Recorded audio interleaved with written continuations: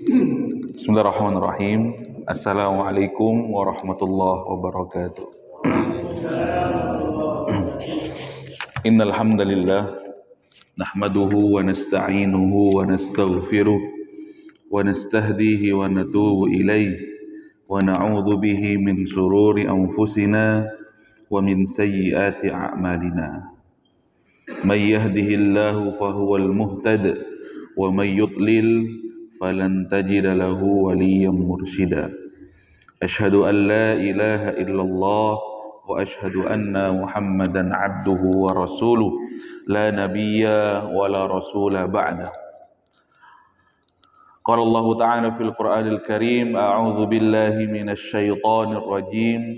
Bismillahirrahmanirrahim. Ya ayyuhan nasu taqu rabbakumul ladzi khalaqakum min nafsin wahidah wa khalaqa minha zawjaha wa batha minhuma rijalan katsiran wa nisaa'a wattaqullaha alladzi tasaaluna bihi wal arham innallaha kana 'alaikum raqiba. Rabbi shrah li sadri wa yassir li amri wahlul 'uqdatam min lisani yafqahu qawli. Radina billahi rabba wa bil islami dina wa bi Muhammadin sallallahu alaihi wasallama nabiyya wa rasula. Rabbana zidna ilma warzuqna fahma.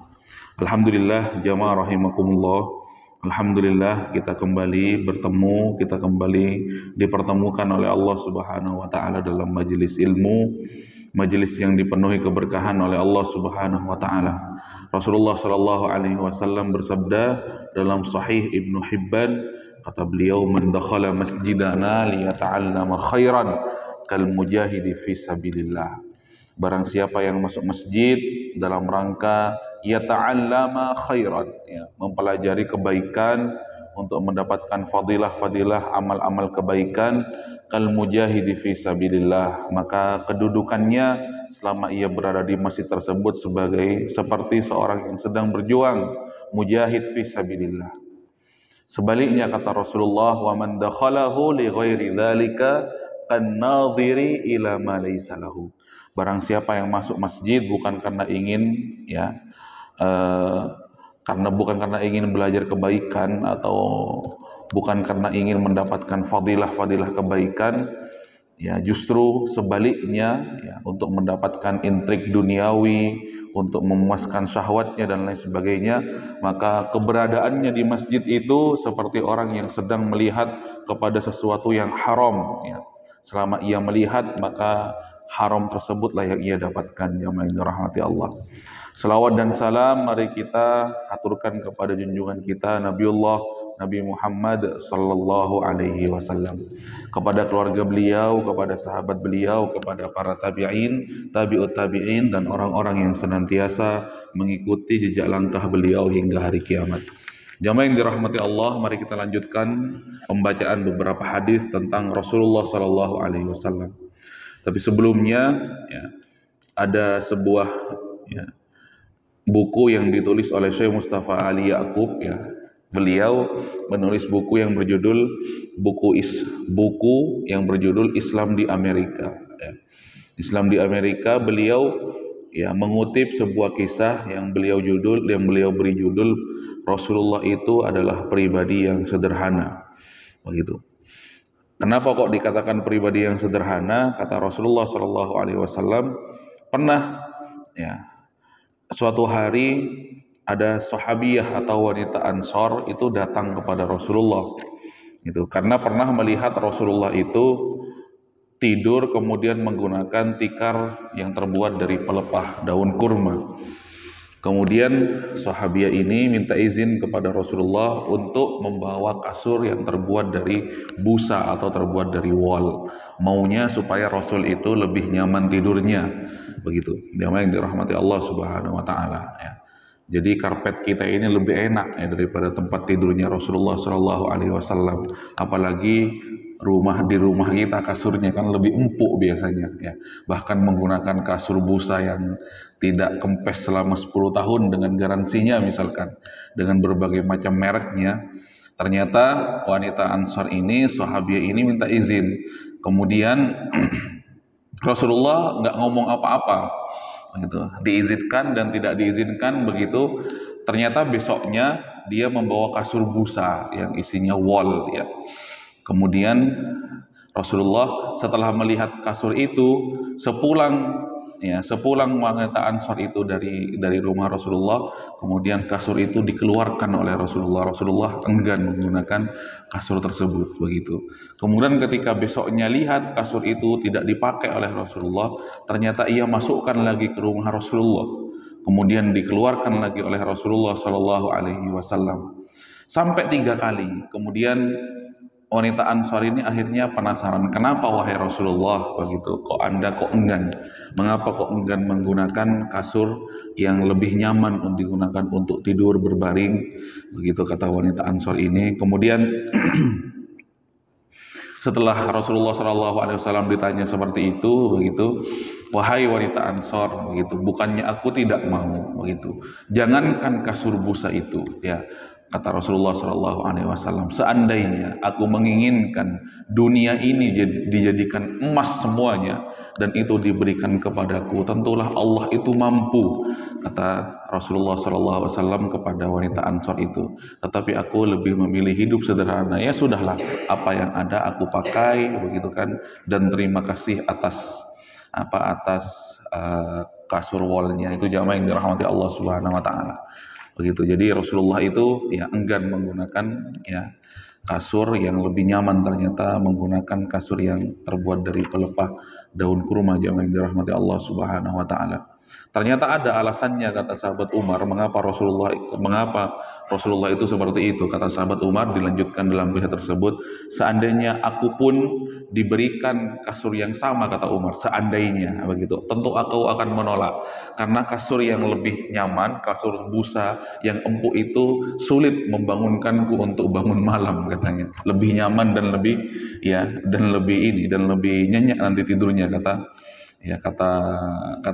Umar bin Khattab, ya, karena kata Allah Subhanahu Wa Taala, wabil asharihum yastaghfirun, karena sifat daripada sifat orang-orang mukmin itu adalah wabil asharihum yastaghfirun, mereka itu memiliki kebiasaan, mereka selalu beristighfar, kemudian mereka selalu meminta ampun kepada Allah pada malam-malam di mana manusia itu sedang tertidur lelap, yang dirahmati Allah, ya. Jamaah yang dirahmati Allah Subhanahu Wa Taala, mari kita baca 2 atau 3 hadis ya tentang Nabi Muhammad SAW. Saya bacakan hadis yang terakhir, bab tentang ya fisik Rasulullah. Ibnu Abbas pernah berkata, ataupun Ibnu Abbas meriwayatkan sifat Rasulullah. Kata beliau, ada celah di antara gigi-gigi seri Rasulullah. Jika beliau sedang berbicara, seolah-olah ada cahaya yang memancar dari gigi-gigi seri beliau. Yang dirahmati Allah. Jadi kebiasaan orang dahulu itu, apalagi wanitanya pada masa ya orang-orang kafir Quraisy itu, jadi kalau mereka sudah mulai umurnya bertambah tua, giginya itu dikikir, ya, ekrek, supaya ada celah antara gigi satu dengan gigi yang lainnya. Kenapa? Karena kata mereka supaya seperti gigi bayi lagi, supaya terlihat lebih muda, yang dirahmati Allah Subhanahu Wa Taala, ya. Begitu. Jadinya ternyata Rasulullah itu justru giginya itu tanpa dikikir itu sudah ada celah-celah ya di antara gigi beliau. Kemudian di antara celah tersebut memancar cahaya, yang dirahmati Allah. Kalau wanita-wanita sekarang kan bukan itu ya, tapi barangkali bisa menggunakan suntik filler lah dan lain sebagainya, ya, disuntik serum dan lain sebagainya, atau skincare dan lain sebagainya untuk supaya terlihat lebih muda, jamaah yang dirahmati Allah Subhanahu Wa Taala. Itu tadi hadis yang terakhir tentang bab fisik Rasulullah, ya. Kalau manusia biasa barangkali akan mengeluarkan bau yang tidak sedap ketika mulutnya dibuka, tetapi ternyata Rasulullah ketika mulut beliau dibuka terlihat giginya, di antara sela-sela gigi beliau itu terpancar cahaya, jamaah yang dirahmati Allah. Kemudian bab yang kedua dalam buku ini adalah khatamun nubuwah, ya, tanda kenabian, ya.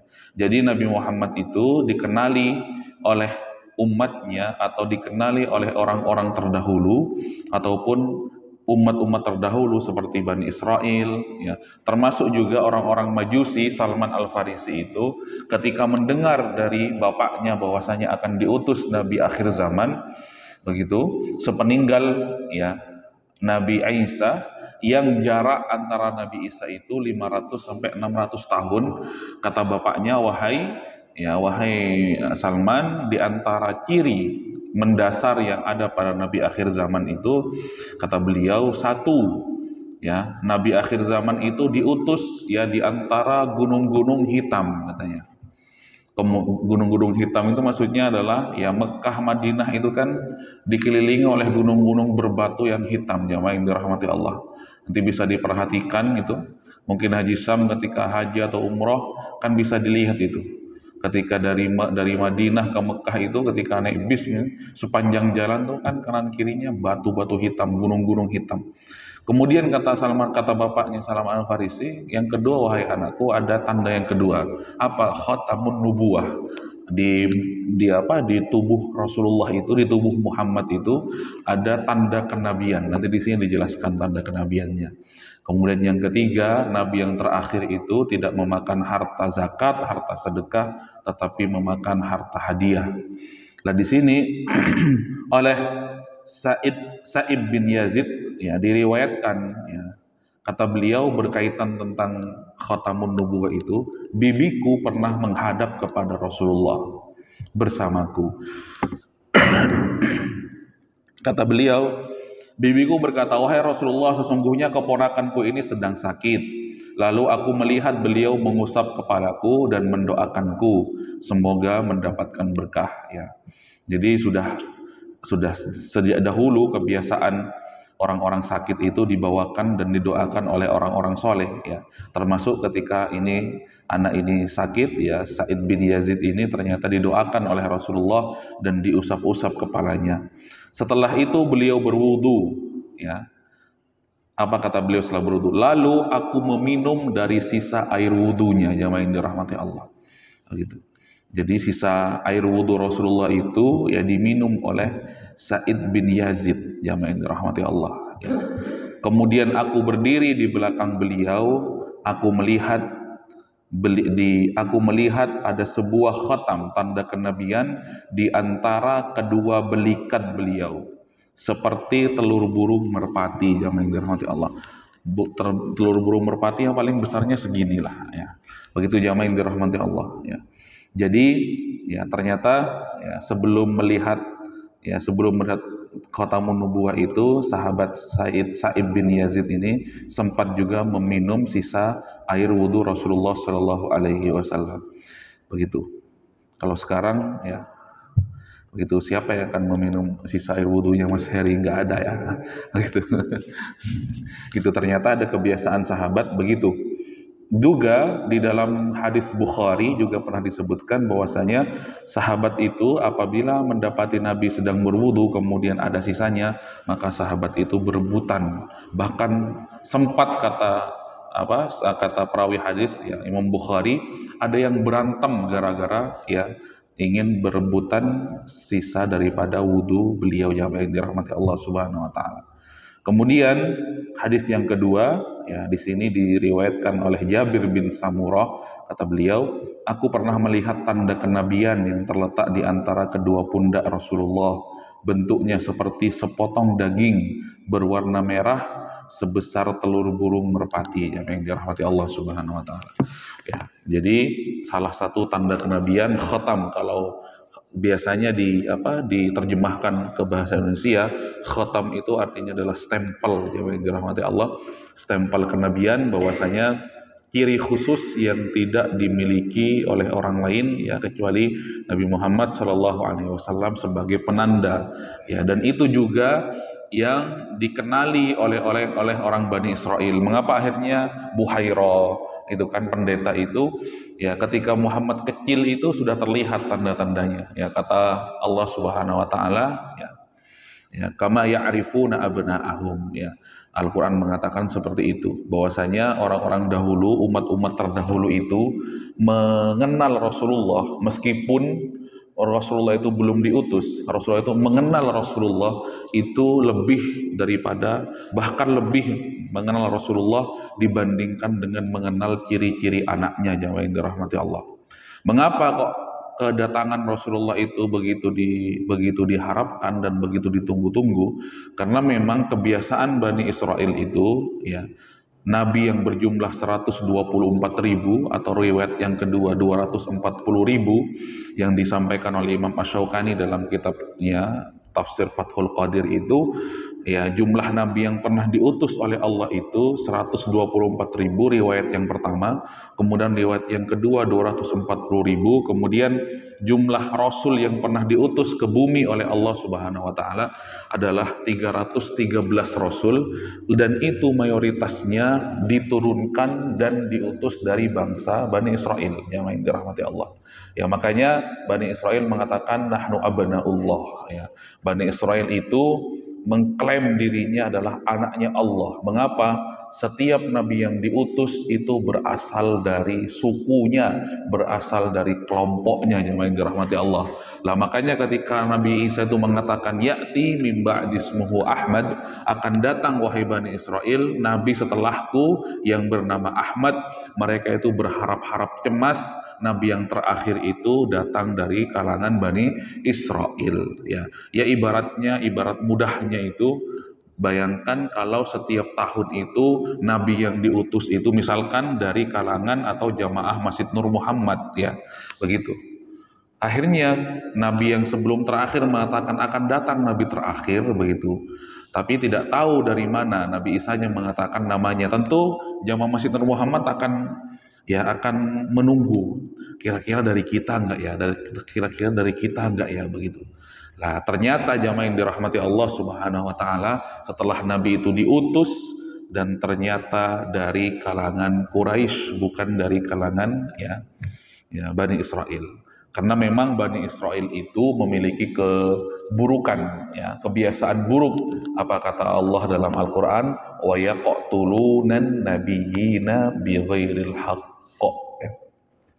Kebiasaan Bani Israel itu, mereka itu suka membunuh nabinya kalau nabinya tidak cocok dengan mereka, ya, yang dirahmati Allah. Kalau tidak cocok dengan mereka, nabinya dibunuh, dan nabinya dibunuh, dan mayoritas para nabi dan para rasul itu mati di tangan mereka, ya, yang dirahmati Allah. Itu tadi, ya, yang bisa kami sampaikan, mudah-mudahan bermanfaat. Subhanaka Allahumma wa bihamdika asyhadu an la ilaha illa anta astaghfiruka wa atubu ilaik. Walhamdulillahi rabbil alamin. Wassalamualaikum warahmatullahi wabarakatuh.